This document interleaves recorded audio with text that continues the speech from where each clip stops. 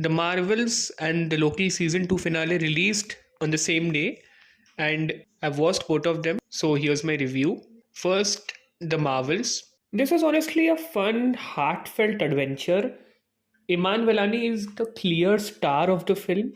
She was one of my favorite characters in Phase 4, and she continues to be one of the best additions in the current MCU. Kamala Khan has this energy that brings every scene to life. And I would say the trio of Carol Danvers, Monica Rambeau, and Kamala Khan work perfectly well whenever they share the screen. Speaking of Carol Danvers, I really liked the character arc that they gave her this time around. It's nothing great, but I liked the character more than her previous appearances.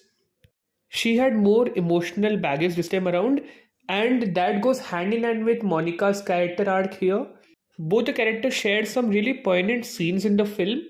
I also really liked the visuals. Marvel has really gone downhill as of late when it comes to the visuals, and I was really surprised by how good most of the visuals were in this film.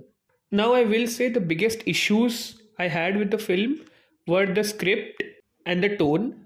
First off, the tone is all over the place. There's very weird pacing throughout the film. So, a couple of scenes are fun and dynamic, while some of the scenes just bring the film down to a halt. And it's so sudden, so jarring that you get pulled out of the film. The villain was also really bad. I would say this is definitely one of the worst villains in the MCU so far. And that, in fact, goes hand in hand with the story. The story is very messy, and you can clearly feel the reshoots that were done during the filming. And the finale, especially, felt really odd, as if there was something else, something more that was cut out during reshoots.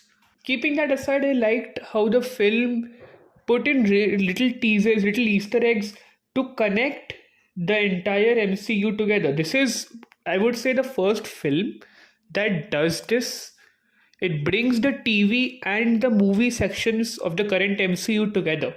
There are some characters that appear both at the very ending of the film and in the post-credit scene that bring the universe together as well as tease future events.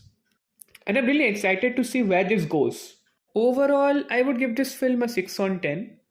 Now coming to the Loki season 2 finale, I'll give a review of the entirety of season 2 here. This season settles the fact that Loki is the best MCU Disney Plus show. Tom Hiddleston has this charm, this charisma about him that was in the forefront in season 1, and it's back again. But this time around, he's given more room to express himself. He's more emotionally vulnerable. And I really liked that about the character. I would say more than season 1, season 2 delves into who Loki is and what makes him tick. And I really liked the resolution of his character arc. If you look at it, season 1 and season 2 together bring Loki's story to a great end. And I would say he has now become one of the best Marvel characters out there. I also really liked the story and the direction this time around. It felt like a natural follow up to season 1, and there was no meandering in the story. We went from point to point, and the pacing felt proper throughout. Adding to that, the cinematography and the visuals were outstanding. At some points, I wasn't able to believe that I'm watching an MCU show because it felt very professional. The tone, the production design, it was all spot on. The only negative I would have is that I wish they had delved a little more into some of the side characters, especially Victor Timely. I felt he was very underused. Jonathan Majors was supposed to be a big part of this season, and he has a significant role, but he isn't that crucial in the overall story. But that is a minor complaint. As a whole, the story really comes together, and it leaves Loki at a very interesting spot for the future of the MCU.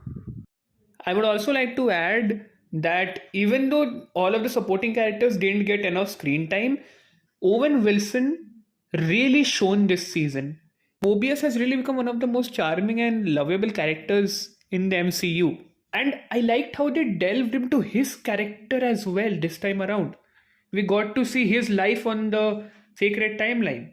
He and Loki felt like a proper dynamic duo this time around. Loki was one of my most anticipated projects in the MCU's Phase 5, and it lived up to the expectations. I would say it crossed my expectations, and I would give it a solid 9 out of 10. So there's my review for both of the projects. If you like the video, do like, share, and subscribe, and comment down below what other videos you would like to see, and also your personal thoughts on both of these projects.